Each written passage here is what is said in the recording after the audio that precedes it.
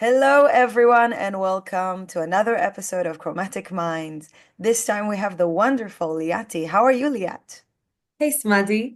I'm good, thank you. And thank you for having me. I'm very excited to be here. I'm excited to have you because this time we have a very special episode. Liati has a very rare neurological syndrome, which is not synesthesia. She actually has aphantasia, and she's going to speak to us today, describe to us her inner world, how she creates, how she manifests this condition in the most wonderful way to show us exactly how we celebrate the neurodiversity of our brains. It's not common that we all share the same characteristics and we all see the world in the same way. And I'm very happy that, neuroscience researchers are taking us many, many steps towards a future where we would know exactly how each one of us perceives the world. So tell me a little bit about yourself.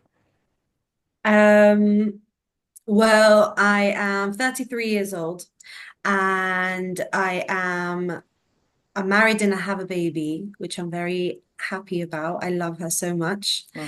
Um, I am mainly working, I mainly worked in the past few years in marketing. I love marketing. I love being creative. I love graphic design. Um, Yeah, that's mainly it, I think. This is incredible because you are a very creative person in everything that you do. I can I it's just it flows from you in such a natural way. So when I first, when we sat down and had to talk about this, I was like, oh my God, you have aphantasia, but how is that? How does it work like that for you? Because my world is so vivid and full of all these sensors, overwhelming colors and tastes and sounds that I have to manage how to find my focus. And for you, you're still so creative, but you don't get to experience that. Elaborate a little bit about how you perceive your inner world. How's your mind's eye Wow, is that's a seeing good this world? question. Um, it's quite funny because I really can't imagine anything. I can't like when I need to think of an idea, I need to find probably a lot of inspiration. And I just see what I like and anything that catches my eye that I think is I like symmetry. I like symmetry a lot. And so that plays a really big part for me, especially also when I do art as well. Um, but yeah, I mean, I have a lot of ideas. I never know how they're going to turn out. I can't envision my ideas at all. Um, I just think of an idea and I try it. And if I like the outcome, then it's a success. Beautiful. That's wonderful.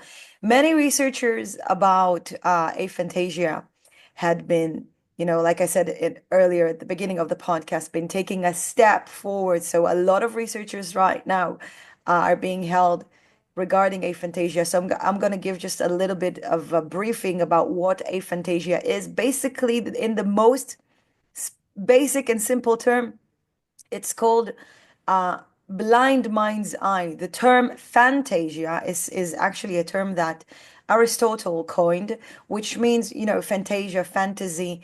It's like having an eye in our mind that imagine things. So this is how we get to, just have this imagination that we have, especially as children. And if I want to mention Dr. Adam Zeman, who I believe he's the one who coined the term, and he decided to call this a neurological syndrome as aphantasia, when a person cannot, their mind cannot construct a mental image. So there's actually stages of the aphantasia. So this is a quiz and an experiment for everyone who's watching this and wanting to see if they have aphantasia. I'm going to simply ask you to describe or try to imagine what a red apple would look like. And I see how your eyes are now running too. You're trying to look. I'm trying. This is amazing because I wanted to show how your eyes, there's a, there's this thing called rapid eye movement, and our eye movement, when we try to remember something, the movement of our eye, where it's actually going to spaces in our brain, like a library that's trying to track the information. So when we actually look down, it's when we're trying to remember something that we've heard, not when we're trying to imagine. And when I said the red apple, your eye immediately went down. But this is amazing. And when I said your eye, my eyes went up because it really it appears here. This is amazing. This is like one of the classic examples of having a vivid imagination. A vivid imagination for a person with aphantasia would be hyperphantasia. Of course, it's not the same as synesthesia, but having aphantasia, I know I saw one research where they mentioned that if I'm telling you to imagine something that is light, they took a group of people, one who have a vivid sensory, that their mind is able to construct a mental image. They paid attention that a, when one is required to imagine something very light, their pupil, reduces the width. It doesn't dilate, it becomes smaller. But in the case of aphantasia, it didn't occur. Even when they were asked to imagine something that is very light or bright, like the sunlight, it didn't happen. So it's not just, the way we construct an image, it also takes place in our appearance and how we react. So if I ask you to imagine a red apple, what type of image does your brain construct, or how is it showing you that red apple? Um, well, first of all, it's definitely not a real apple. As in, I can't see a proper red apple. Mm, I see like for a glimpse. It's like just a flash and then it just wow. disappears. I literally saw an apple that's like an icon. So I saw like a red apple, just a red blob with a brown outline and then one leaf, like a It's drawing. amazing. So I would say that you're not at the fifth stage of aphantasia, because I will add the illustration that shows how people with aphantasia perceive mental images. The fifth one would be just seeing, complete blank, Yeah. black, smoke, velvety black. Yeah. This is something with people who has the most high, I would call it high functioning, yeah, Yeah. aphantasia. They can't construct an image. They just see like a black curtain and they Yeah. don't see anything. So A I would see a stage, flash. yeah, a I would see stage a flash before for a that, second. yeah, yeah. So you saw like the outline Yeah. of the apple with a little bit of blurriness of, you said brown. Obviously, red could also appear as brown when you smudge the color and add a lot of more of dark color into it. So it's not the most high functioning, severe type of aphantasia, but you can construct an image. But it's not as vivid, obviously, as in my case, you tell me a red apple, and my brain would just throw at me for that glimpse of a second all the information that my mind has collected throughout my 34 years of existence regarding apples. Wow. Every information, even types of apples like Smith apples and red cherry apples and all this type of apples, and the Be Delicious apple by Donna Karan, the perfumes and their scent and their taste. Um, yeah, so it's for me it's overwhelming. But when it comes to synesthesia and aphantasia, we're overwhelmed with either trying to construct an image or trying to reduce those many, many, many images into one. I think right now neuroscience and neurocognitive researchers try to focus and connect that with ADHD, because Mm, it's about finding that focus in our life that people who I would say, if I imagine like, like a big line and like a diagram, I don't know how to explain, like a diagram where we take the aphantasia and the synesthete, there's a lot of bunch of normal people at the middle who their mind is doing all these activities in a much more balanced way, which I don't get to experience this on the other half, and you don't get to experience that on the other half. But somehow definitely. for centuries, people had thought that, we have the same brain, we see the world the same way. And right now that we're trying to understand how each of us sees reality, we understand that maybe ADHD could be subjected either by synesthesia or aphantasia. Could you tell me a little bit about that if you experienced that? Um, I can definitely say that I never looked into it too much. Just like you said, I mean, I thought everyone sees reality as I see it, and I Yeah. thought every brain works more or less the same. You know, there's smarter people and less smarter people, but it had nothing to do with imagination, being creative. Um, so yeah, I just thought I was really normal, and I thought that um, like no one can really envision things that they can't see physically. Mm. It just makes sense to me as well. If you can't see it, then how can you see it? So it just always made sense to me. I always thought this was quite normal. And and yeah, and the people who I knew who could imagine things.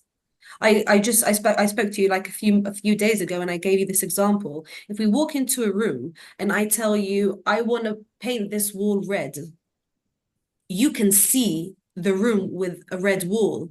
I can't see it. I can't imagine it. I have no idea how it's going to turn out. Wow. So in from my point of view, I would think that you're special for being able to see it.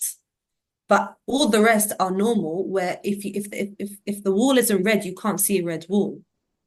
So that was really my experience. I never thought like there was something different about my brain, which it turns out there probably is. Yes. I try when I try to think about it, and imagine, your point of view. It really triggers me to ask you, what was your childhood like? Have you noticed anything like this of sort, like I'm seeing the world in a different way than other people? Do you have like an early memory that you can, go back to and describe it for me? Um, I mean, as a kid, you just go on with life. You don't really stop to think. So I didn't really think there was anything different um, about my brain. I did know that I had a harder time at school. Mhm. I had memory problems. I've never had a good memory, never.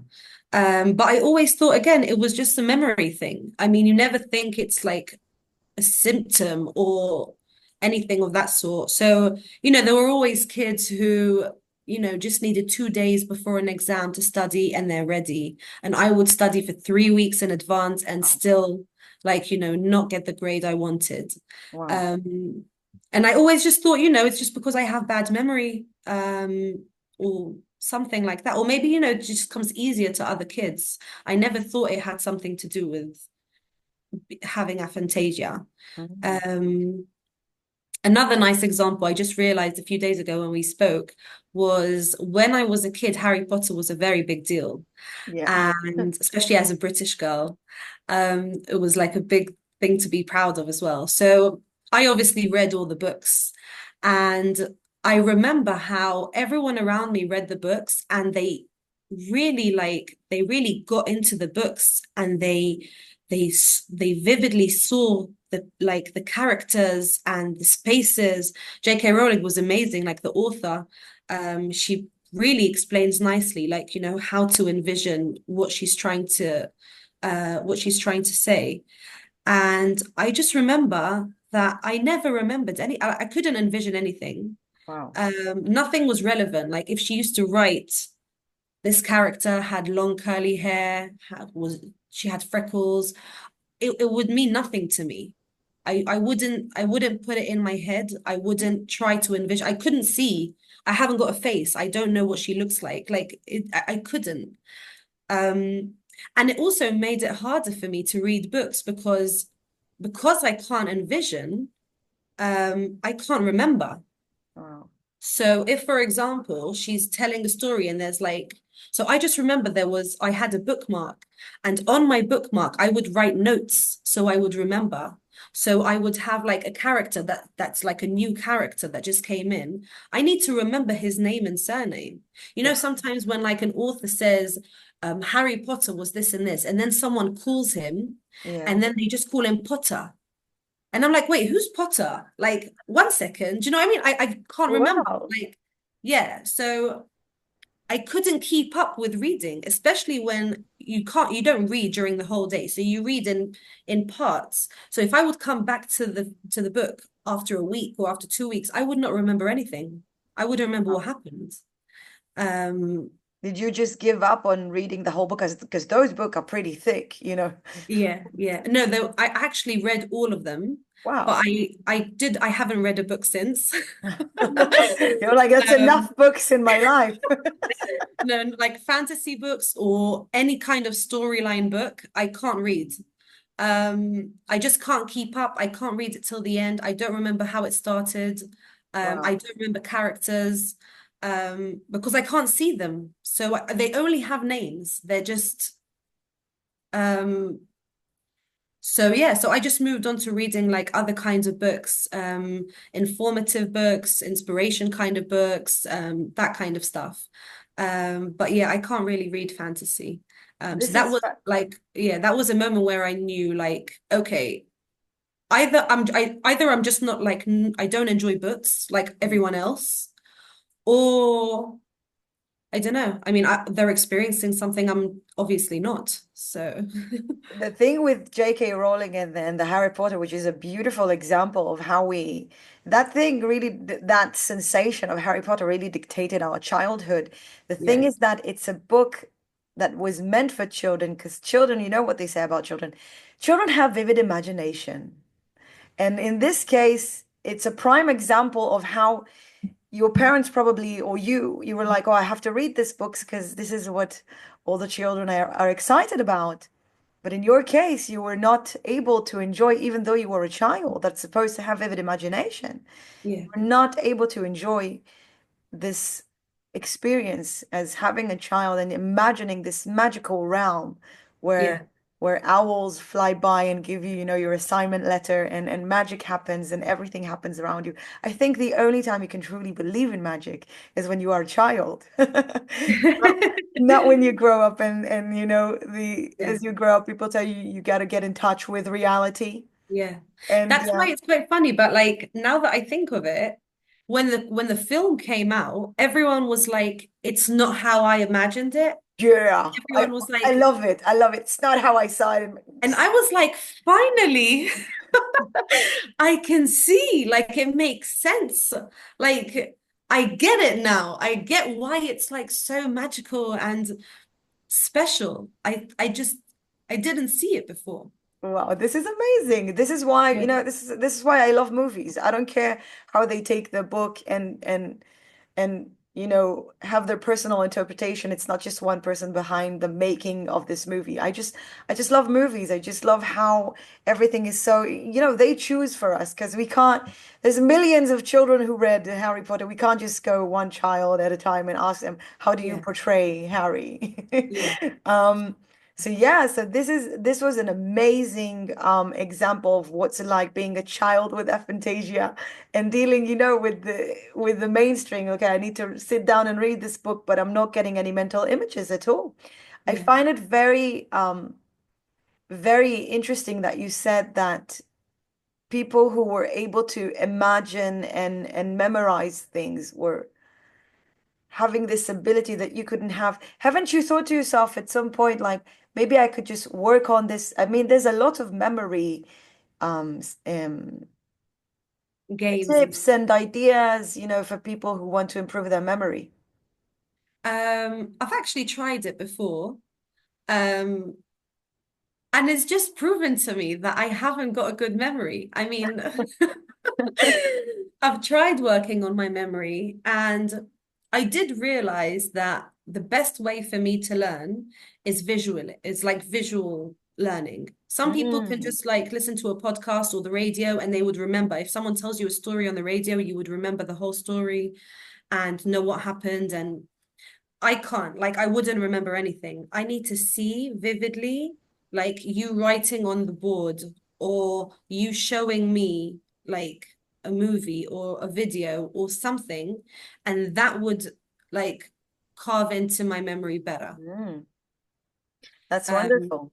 yeah. So if I do any kind of memory game, it has to be visual. Otherwise, like, no, you know those games where like I give you 20 words and you try to remember them and then say all of them? Yes, I loved That. that when I was a kid. Yeah, I couldn't go past like the fourth word, maybe. Wow, wow. This takes me back to one of my earliest memories where I realized that people don't see the world the same way as I did, and adults were judging me. I have quite phenomenal memory. You know me in my personal life. We spent a lot of years together. I have a quite phenomenal memory. When I was a kid, that was my favorite game in the whole world, like memory games. I could remember every character that was behind each card, and my personal favorite thing was words. I and the first dictation that I had in English, the teacher thought that I was cheating, writing the words somewhere because I was able to memorize, I think, 15 words under 3 minutes that she showed us, and this was something that was considered as impossible for a 6 years old. And I told her that I saw it in colors, and then she looked at me like, "What do you mean colors? How That's did you do hysterical. that?" And then she started looking at my desk like I was like, you did something." We're being judged by other people, and this judgment is what made me, mask Yeah, this thing that I have. And this connects to what you said because our brain is a magnificent organ. It works a lot like a computer. So in my case, it was, changing the semantics of how I speak. But in your case, it was finding new neural pathways to yeah, to excel in remembering things. yeah. So you're like visualizing something, seeing something in front of my face would help me.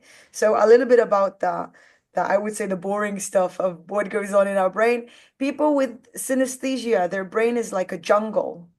If I was to, if both of us were to go through an fMRI scan, it would show you exactly the dark parts of your brain, how they illuminate when you're trying to remember something. And it will show you how my brain just turns into, I don't know, a psychedelic festival of lights when I'm trying to imagine a red apple and going through the entire sense of apples and taste I've ever tasted in my life. Even That's envisioning hysterical. a rotten apple, which is something that I haven't gotten. Yeah, I haven't ate a rotten apple, but I have the sensation in my mouth because when we're kids, we're being showed an apple with a worm in there, right? There's always a worm in the textbooks. Apple, they give you that worm. I don't know why, but my brain would let me taste that. How would a maggot in my mouth is taste when I want to bite a rotten apple? I don't know why, but this is an image that I'm getting. But what happens in the brain of a person with aphantasia is that there's lesser activation in the ocular motor cortex. So it's not going crazy, but there's less of activation there. There's a very, very special researcher. Her name is Dr. Julia Simner. So she speaks a lot about aphantasia as well. And in her research, she saw that people with aphantasia actually are pretty good with visualizing, learning from visuals and have verbal thinking processes that they do. Is this something that you experience? Um, definitely, definitely most of my memories come from things I've seen before. Um, it's quite funny because while you were talking about a rotten apple. So while you were talking, I was trying to envision a rotten apple. And I was like, Liat, come on, you know what a rotten apple looks like. I mean, do your best. And I was really, really trying. And all I see is blank. Wow. And again, it just comes in a flash. It comes in a flash and it goes. I just see a rotten apple. I think it's brown. And that's it. And then it disappears. But again, Wow. just like you said, because I haven't seen one, I don't think I've seen one ever. I don't really know how, like, what even to vision, like what to see in my head. So I definitely do, like, my imagination comes from things I've seen. If I haven't seen it, it would be much harder for me Mm. to try and imagine something from zero. This is another thing that's related to the research by Dr. Julia Simner. Face recognition and memory. This is something Oh, that she focused on her aphantasia research. I'm gonna ask you the most, common thing that every person does is to envision the face of your mother. Is it something that you could do? um, so I know what my mum looks like. Obviously, I Yeah. know exactly what she looks like. I can't picture her in my head. Mm. All I have is a picture from when she was younger. I have a photo Mm. that I kept and it was on my mirror in my room. So that's kind of the image that popped up to me. Mm. Yeah. I don't know why, Wow. but yeah. So I know what she looks like. I know what an apple looks like. I can't make an you image would in my you head. you would know when you see it physically. Yeah, definitely. Yeah, it's not Yeah. something that you need to have in your mind's eye, Yeah. in your mind, if you call it that place. Well, Yeah. I like to call it our brain. But the thing is that I know that some people would hear us and would be like, "Oh, what's it like?" That it can be quite difficult living this way. But then again, I think that in the society that we live today, there's so much traumatizing events can occur to us as humans that we have to face with images that are engraved into our brains, horrible images of the world. And this is something that a person with aphantasia would not remember. And I think I consider this as really as a blessing. I mean, even though it can be tricky, even though I would not give up my synesthesia ever, Yeah. but sometimes, doing a control alt delete on horrible things I've seen in my head would be something I'd like to learn how to do. Especially Yeah. like when I said with the disgusting maggot and the worm and the apple. I don't know why, but my brain is like apple. All the good things about an apple and all the bad things about an apple that you know So of. funny. Um, Um, yeah, I can tell you that. I mean, for me personally, I've never spoken to another person who has aphantasia, but for me personally, because I have a hard time seeing something in my head, um, I think it impacts my memory. That's the reason I haven't got good memory. Um, yeah, of course. It's really difficult. yeah, It really makes it hard to have a good memory. It's not yeah, something that has to do with IQ or intellectual. It's just memory is not being measured this way. yeah, Being able to construct a mental image actually doesn't mean anything other than, having quite a good yeah, memory, and it helps you. But there's many, many other ways that one could excel and could do really good while creating things. And yeah, like you said, I will show on this show again, and I'll add a link to all your project because you're creating the most magnificent things, the yeah, paintings that you're making, and now you have like tell us a little bit about your baby clothing brand. This is yeah, something that I find to be remarkable the same way as people look at me and be like, well, how can you know more than seven languages? I'm like, it's easier when your brain knows how to do that naturally. But when your brain doesn't do that naturally, I think there's something very beautiful about learning how to achieve things Yeah. by building the right, you know, I'll tell you, there's a few bricks and things. stones of the process. You have a plan, you know how to create a plan. Yeah. I This is have to go something for the that my plan. brain would just throw at me and I'd get lost. Mm. There's 2 points that you pointed out that are very interesting. The first thing, again, I can only speak for myself, um, but I will continue what you said about memory and aphantasia. And I will say, again, personally for me, because I haven't got a very good memory, I don't I don't hold resentments. I don't hold traumas. I mean, they could be suppressed. I don't even know. But I get over things very easily because I don't remember what I went through emotionally, even. I know I had a hard time, or I know this experience wasn't good for me, but I don't remember vividly like scenes in what I went through. So I can't be attached to it emotionally. So I can get over things quite quickly. Um, and that is the biggest blessing I think I can say I have from aphantasia. Yeah. Things that, people need to process, and things that need people, mainly overthinkers, who need to process how they're feeling and talk about it and remember it and even try to erase the memory from their head so they can move on. It's just things that, I mean, I'm very lucky to say that I don't have to go through. Well, Because I actually just can't remember. I know that something wasn't good for me, but that's all it is. And if my reality today is something else, then I mean, that's all. I don't need more than that. So that I can say is the biggest blessing, for people who have aphantasia. At least that's my experience. That's how memory loss has helped me throughout I life. look at it, I look at it as a very, very, very positive thing to go through.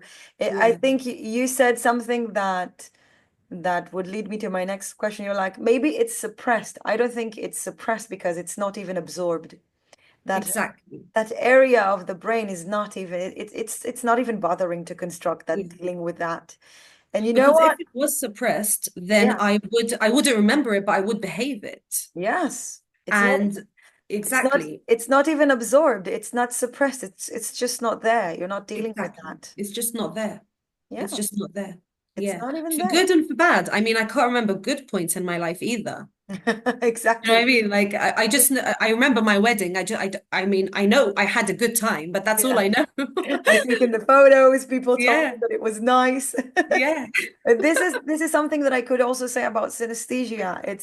It's a good thing and it's a bad thing. Remembering exactly how you felt in the most disgusting way is something that I need to deal with my whole life. I remember how I felt when I was laughed at class. I remember even in kindergarten, I remember everything, and it comes in Wow. colors. I don't even need to have a conversation with someone to remember my life because I could see a color and my emotion would translate into that color. And I'm like, oh no, I'm feeling disgusting again. But I find my balance and I'm quite a happy and cheerful person. I never suffered any depression or anything of that sort because I just, I take the good and the bad and this Yeah. is my life and I enjoy it. I want to Yeah. ask you something because aphantasia is a new is it has a neurological and a hereditary background. It's in our genetics that our brain doesn't, it's either doing that or not doing that at all, but it's in our genetics. Can you tell me if there's anyone else in your family that experiences this as well? Um, to be honest, I don't know. Um, I wouldn't be surprised if my parents were had aphantasia. I wouldn't be surprised. I've never asked them, but I just feel like I am like if you know me and you know my parents, you know they are my parents. Like I'm not like the apple hasn't fallen like far from the tree. Let's Yeah, just yeah. In that case, I can say it's quite accurate. yeah. Um so so yeah, I feel like I am like very much like both my parents, and I think that I wouldn't be surprised if they have aphantasia as well. But I don't know. I haven't asked them. I haven't checked. Um I think the most uh apparent way of knowing that if they tend to forget a lot of things, if they tend to use a lot of application that helps them remember the simplest of tasks, if they if you and they forgot something very major and they'll be like, oh, it's okay.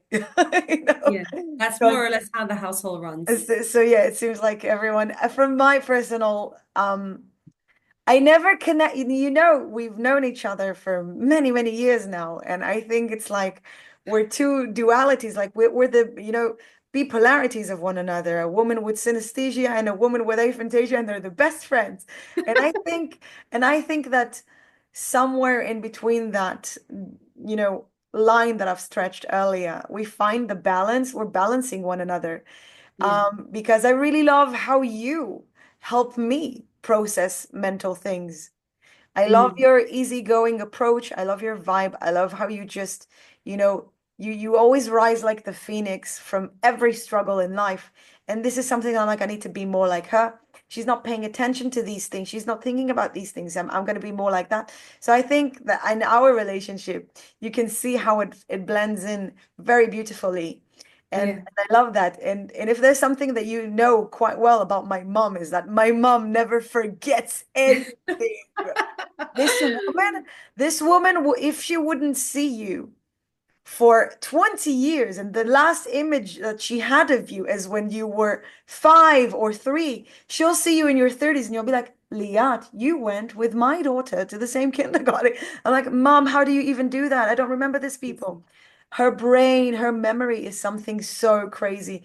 I don't know if you know, but she sits in front of trivia shows, everything, Who Wants to Be a Millionaire, everything. She knows all the answers. And I'm like, Wow. Mom, you should go to this show. We could be millionaires. And she's like, no, I'll probably get excited and I'll forget everything. We both know that it's not true. And she's a very modest woman. But she doesn't forget anything. Her memory is so she's That's spot on. insane. She's spot on, that woman. That's insane. No, I can see a face a few times and still not remember the face. Wow. Yeah. Do you Like it think would take people, me, have you ever found that people find that to be offensive? definitely, Wow. of course. Yeah. Like someone can approach me and hi, and I would be like, I'm sorry, I don't know you.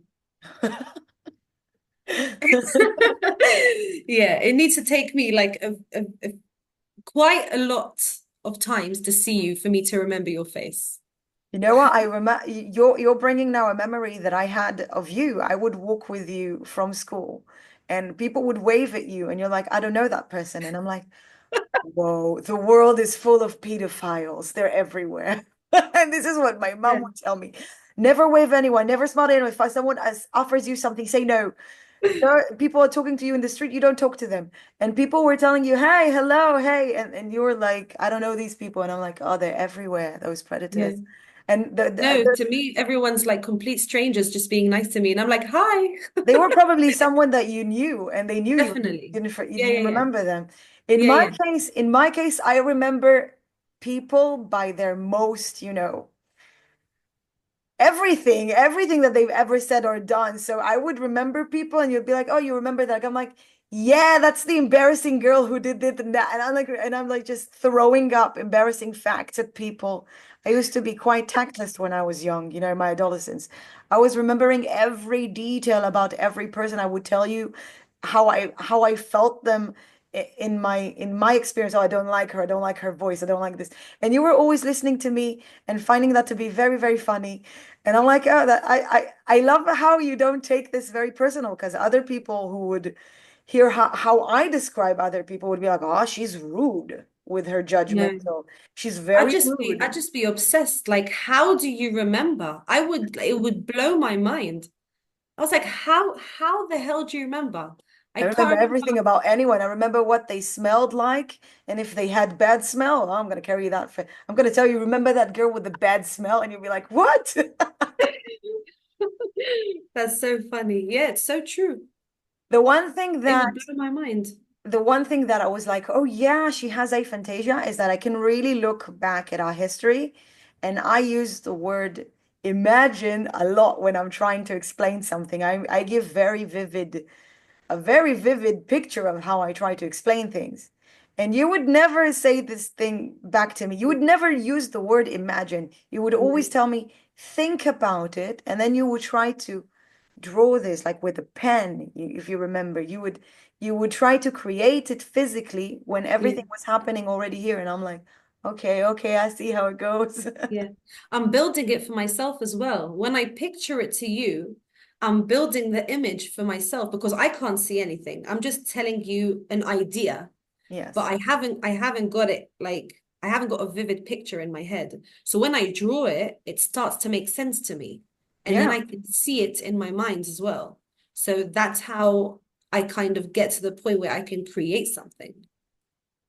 But it always starts from an idea. It always starts from Yeah. just like my head is blank. Yeah. You know, Yeah. I always talk on this podcast on how my experience in high school was and I said that to people that don't know me in those years, but you do know me, and I know exactly. We've been through the struggles Yeah. of high school, and you were struggling in high school with aphantasia, and I was struggling in high school because of my synesthesia, and we were always envious of those girls, those remarkable human beings who were just able to, not get distracted and memorize everything in such a methodical way. Yeah. This is something that I could never understand how they did that. Yeah. It No. was so frustrating going Yeah. through high school with these syndromes. And look at us now, 17 years Wow. away, and we know now that our brains, they're not the same, and Yeah. it's a lot to do with that. Because Yeah. when I was sent to be diagnosed for ADHD around the times that I believe you were also sent to be diagnosed. We were going through the same process in high school, and they sent both of us. Yeah, you too. ADHDers, go to get your brain tested. We can't Yeah. deal with you anymore. Go find what's wrong with you. Yeah, go find what's wrong with you. And though I think that I always looked at it from a side, and I never thought, I never could tell, why would they send you for ADHD? You're not hyperactive. You don't get distracted when I talk to you. You always seem to remember everything about me, and we have such a, wonderful relationship between us two. And I'm probably sure that you were like, well, why are they sending Smadar too to get diagnosed for ADHD? We're not the classic ADHD, but back then, 17 years ago, these conditions didn't have the name. You were just sent off to be diagnosed. Like And that was everyone all they was. knew. That was all I they mean, knew. any student who had a hard time studying was tested for ADHD. That was the Yeah. only that there was no other cause and Yeah. there was nothing else to check. It's not like today. Today, people are much more aware. There's much more uh, Yes. understanding of the different, symptoms that people have, and also ways of learning. Back then, it was just sit in the classroom, study, take the test, Yeah. pass, move on. Um, and if you don't pass your tests, then something is wrong. Then you must have ADHD. Yeah. You Just go must get have tested. ADHD if you're not passing your test. And I know that you and I today, as fully grown women, we're not teenagers anymore. Focusing as a teenager, I don't think it's something that has to do with ADHD. You just can't focus because of all of the hormones. You're growing up. One day you were beautiful, and the next day your face is like a pizza face, and you don't want to go outside. I'm not going outside looking like this. This has nothing to Awesome. do with ADHD. It's just what being a teenager it's all about. But you and I today, as grown women, we don't like this term ADHD. And Yeah. and we know that with our children, we're not gonna take the same. process that we were led to. We're quite against it. I don't Yeah. believe in all those, oh, go check yourself, ADHD, da, da, da. I don't believe in those. This is completely wrong because when I got the analysis of my ADHD report, they were describing the synesthesia. They say, "Oh, this girl, she knows all the details. All the she read the story, she remembers the story. She actually remembers it word by word. She doesn't need to quote it again in the answer." We were asking a question about three details from the story, and she's bringing on the whole verse because I was stressing out and I didn't want to miss out on any detail that I read. So why don't I just write?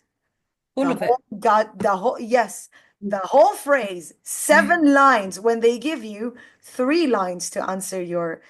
This is something that was I was hating. I was writing That's exams. crazy to me I was because I actually remember that we used to take tests, and I remember that I would answer with one sentence, and I would see girls writing and writing and writing and writing. And I was like, what the hell do you have to write so much?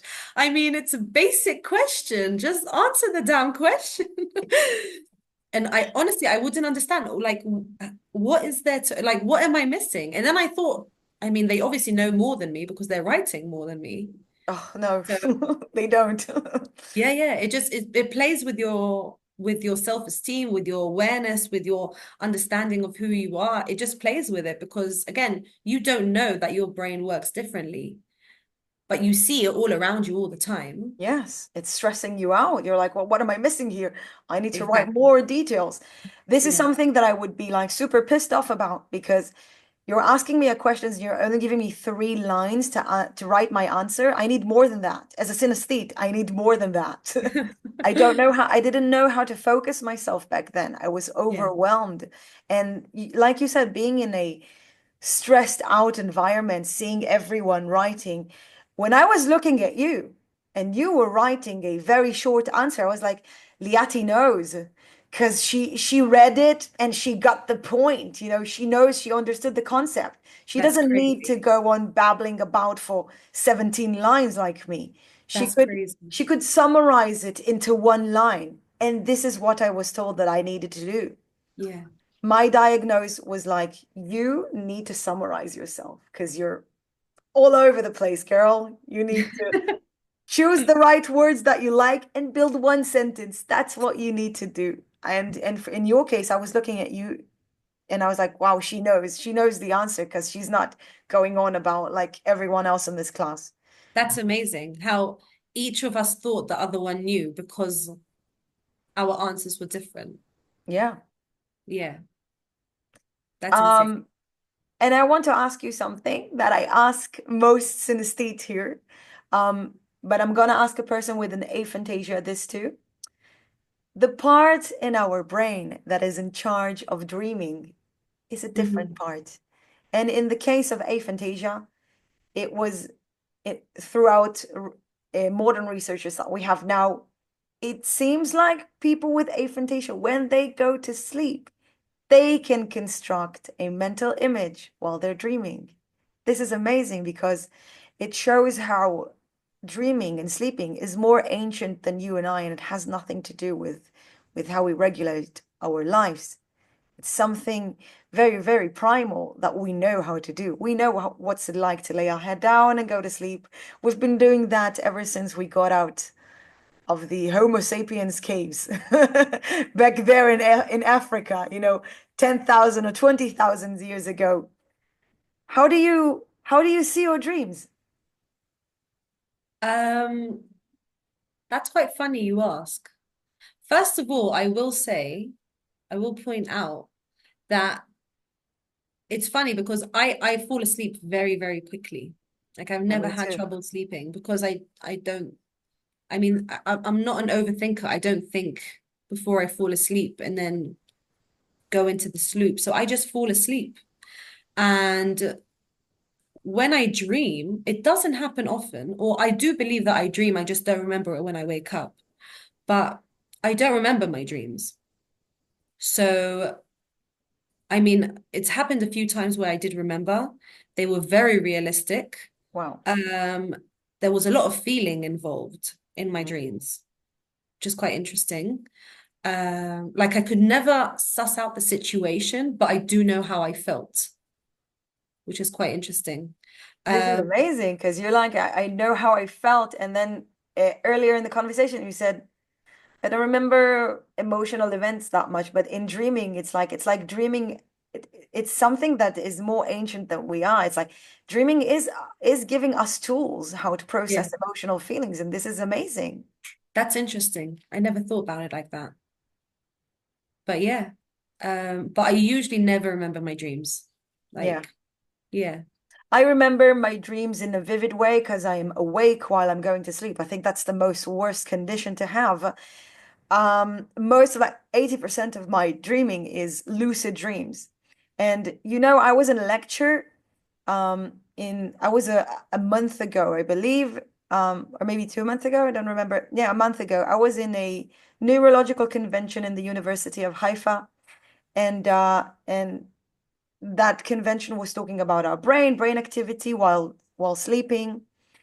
And they said that dreaming, having lucid dream is so rare and not common that a person with a good regulated sleep might experience lucid dreams every once a month, every once 3 months.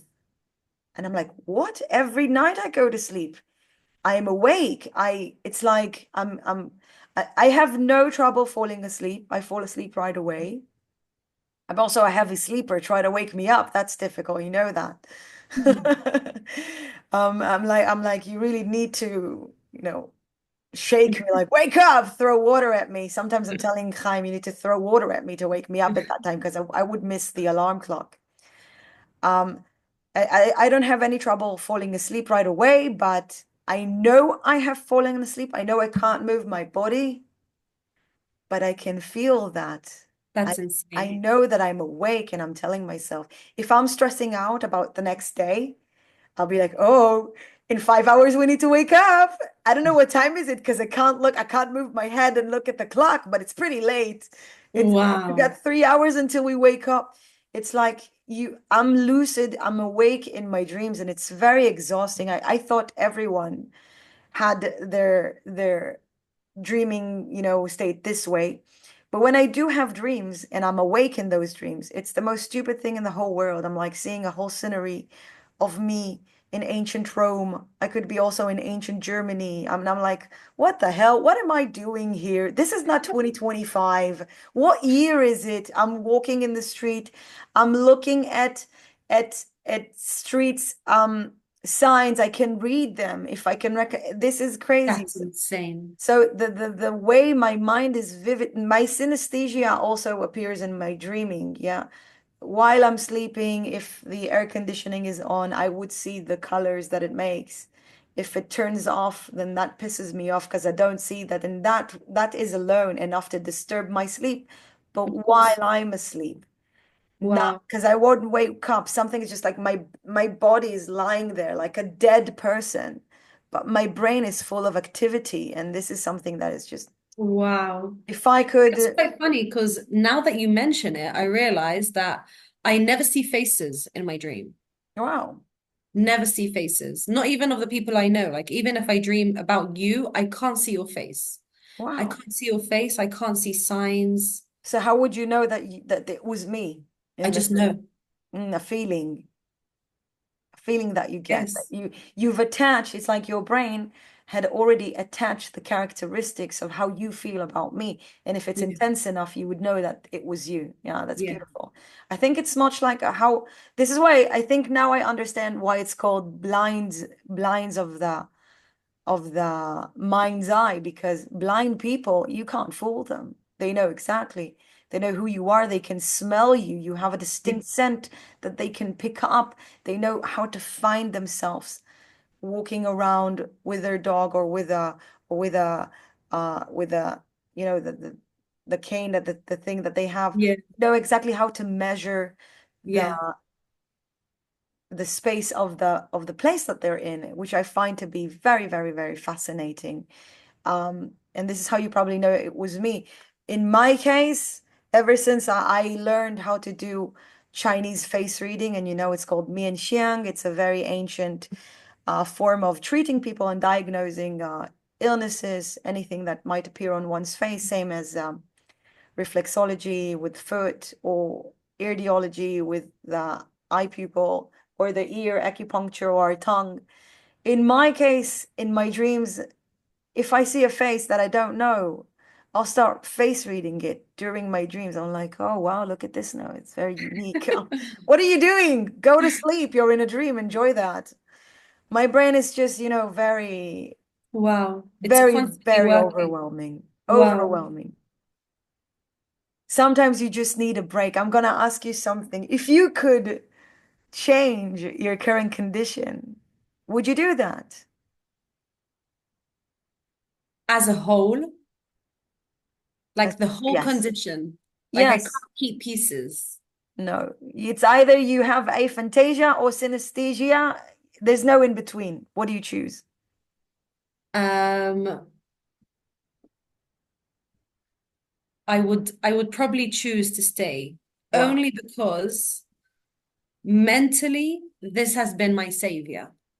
Exactly. Only because of Absolutely that. I right. cannot imagine a life where I'm always thinking, where something is always on my mind.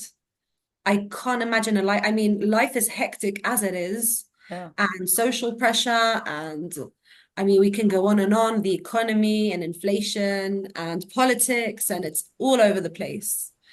And if apart from that, I have more on my mind, I mean, mentally, that would be too heavy for me to carry. So only for that reason. I mean, I would love to have an imagination. I would love to, like, for my head to explode with colors and flowers or whatever, Yeah. whatever it is. I would love that. I Um, think that today life is stimulating enough for you to yeah, enjoy that. I mean, we have virtual reality binoculars that you could put in your head and you see everything in a vivid way. We've got television sets in almost every household. If you were to describe to me your life while living at the, I don't know, 18th, 17th century, then I would be like, yeah, life can be quite dull and I wouldn't want that. yeah, yeah, But right now, when I think about it, I think it's remarkable how I always ask each synesthete, and some synesthetes have it even worse than me. Those mirror touch synesthetes, those lexical gustatory synesthetes that where their synesthesia doesn't only affect their mind, but also their mouth and their body and how they feel. I can't imagine myself living with that synesthesia, but when I ask them, would you want to change that? They'd say no.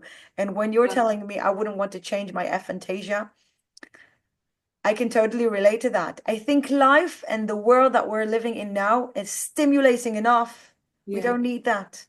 If yeah. I could occasionally get a break and morph into, teleport into an aphantasia brain, oh, that would be amazing. I would just sit and In stare at a peace, wall and in not peace. think of anything. That would be my bliss. That would be my true vacation. Yeah, That would be amazing because I don't get that. I don't get that. And I think the fact that I now it makes me realize the fact that we are able to be such peaceful human beings with all the sensory overload, then it's also something that is very remarkable. yeah. I think it's all adding up. It makes sense. Like the way your brain works, it affects who you are as a person, how you react to things, how how you process emotions, how you communicate emotions. You Yes. know, because I have aphantasia, I'm just more easygoing. It's not because I decide I want to be that kind of person. It's just that's how it is for me. That's how I see, that's how my mind, my brain sees reality. Yeah. It's like the obvious truth to me, where to someone else it would be like it would be different and they would probably, it's not even about being less easygoing. They would just be more bubbly and more interesting and more dynamic and more spontaneous and all this kind of things because that's how their mind works. It's just the easiest way for them. That's their natural self, Yes. you know? Yeah. Otherwise, I mean, there's things you need to work towards. If you want to be more calm or more easygoing when your brain is in a rush, then it would take much more work than for someone who it just comes naturally to. This is something that I was just thinking about when you were talking. You with that with aphantasia and me with synesthesia. I do see how I can be overwhelming for people who are overwhelmed. For me, for us, I mean, my the synesthetes that I know, they're my family. They're they're my genetic family. They understand exactly how I see reality. And we know how to, not to trigger one another that much. You have never been a triggering person for me. Yeah, This is why I think that, the dynamics that you and I have is so remarkable, but yeah. we're the bipolarities of one another. Yeah. It's Um, so funny that you say that because you say I'm not triggering to you're not you. triggering to me. And I would say about you that you are one of the most entertaining people I've ever met. I'm very triggering. But Yeah. what I wanted to say is that I've always compared myself with other people that I meet, and I'm like, I don't think I've ever met a person like you, and you're one of the truly one of the most important people in my life that I cherish. And I would always feel like, yeah, people don't see the world the way that Liat sees the world. She knows that she got it all straight. And I really, this is inspiring. Aphantasia apart from you, looking at you from a side is inspiring. I don't understand all the Thank normies with their you. problems and how they see reality. Some people don't know how to just, yeah, you're feeling yucky, you're feeling disgusting, just move on.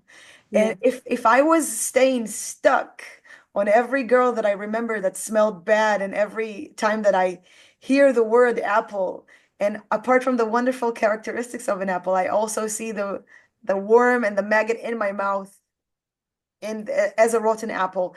I just learn how to, let's get on. I don't need to stay stuck in this feeling.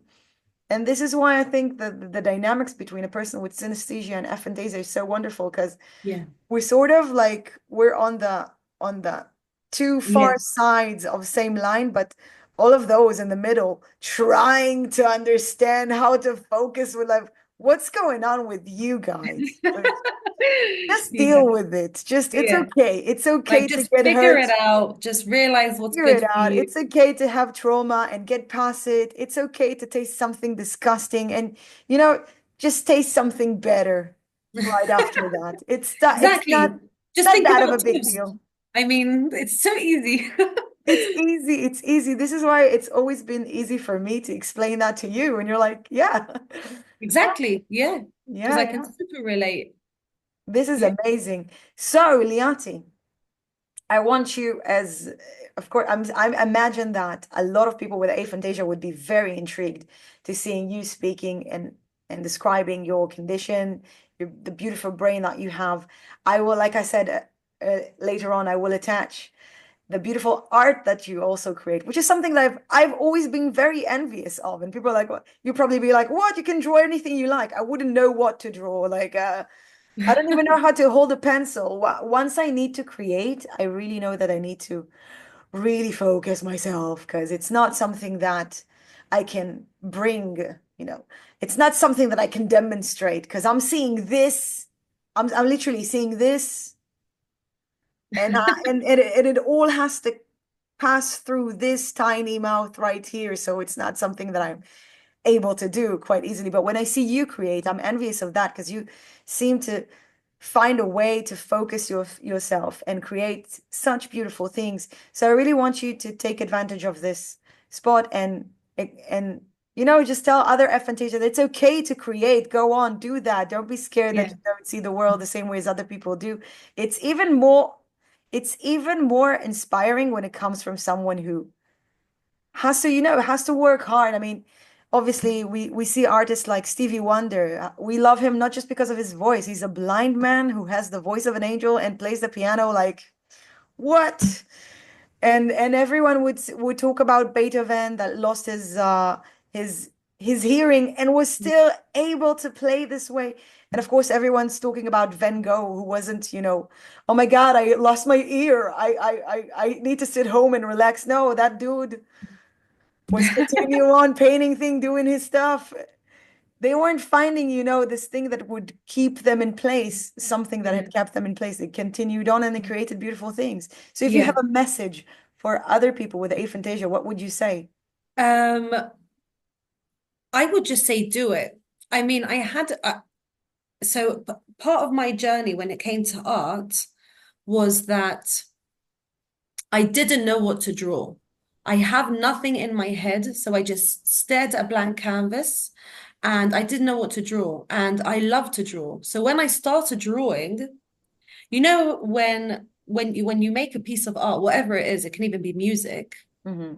It happens in stages. So you start off with like a background and then you do an outline and then you start coloring and then you give it shading and then you just keep going step after step.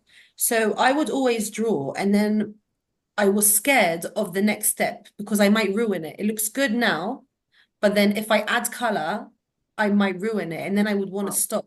So I have so many paintings. It's so funny, but my house is full of half done paintings. And because I love how it looks now, but it's not done. I need to continue, but I'm scared I'll just wreck it.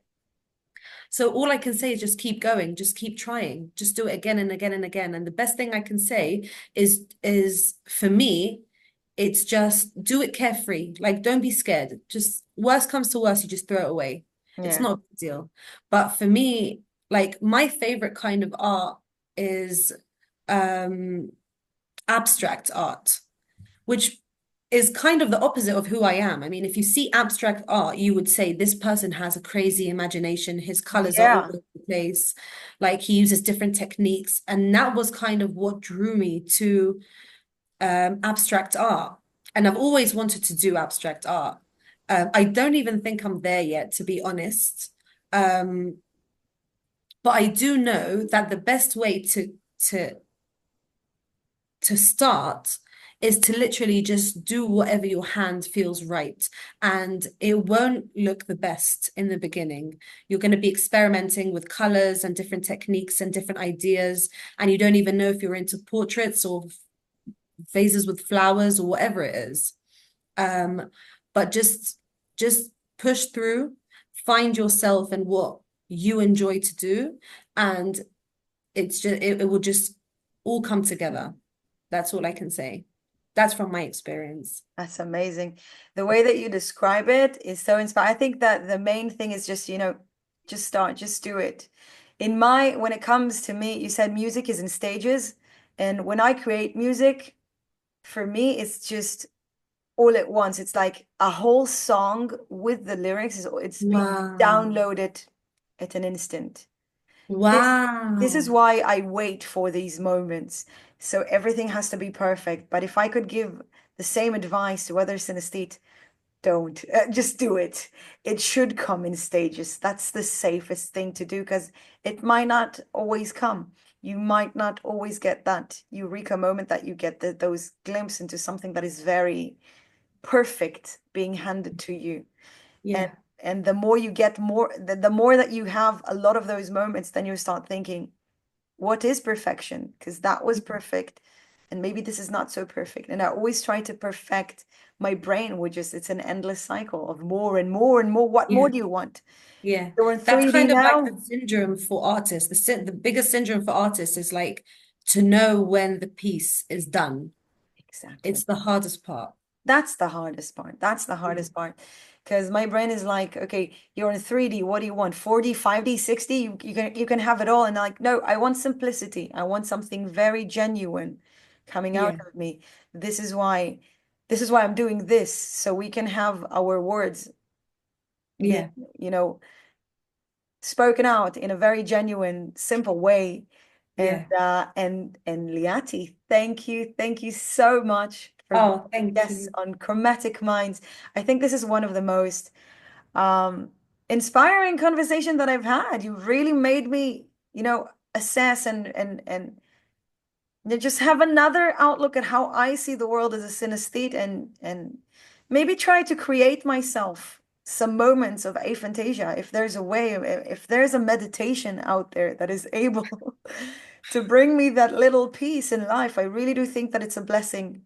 I really do think that it's a wonderful, it's in at these times and these days, Yeah. this is what we all Yeah. want to have, a little I peace. always love, first of all, I always love talking to you. I'm happy to be here. And also, I mean, definitely I can get envious of how you experience life and how you see things. I mean, there's definitely things that I would love to see or even Oh. to create for myself in my own mind. Um, so yeah, it's always nice to see, I mean, what's going on in your neighbor's grass, Exactly. but come back home in the end. So Exactly. Coming back home at the end. So, everyone, whomever's been watching this, tuning in, this was another episode of Chromatic Minds. Until next time, bye bye.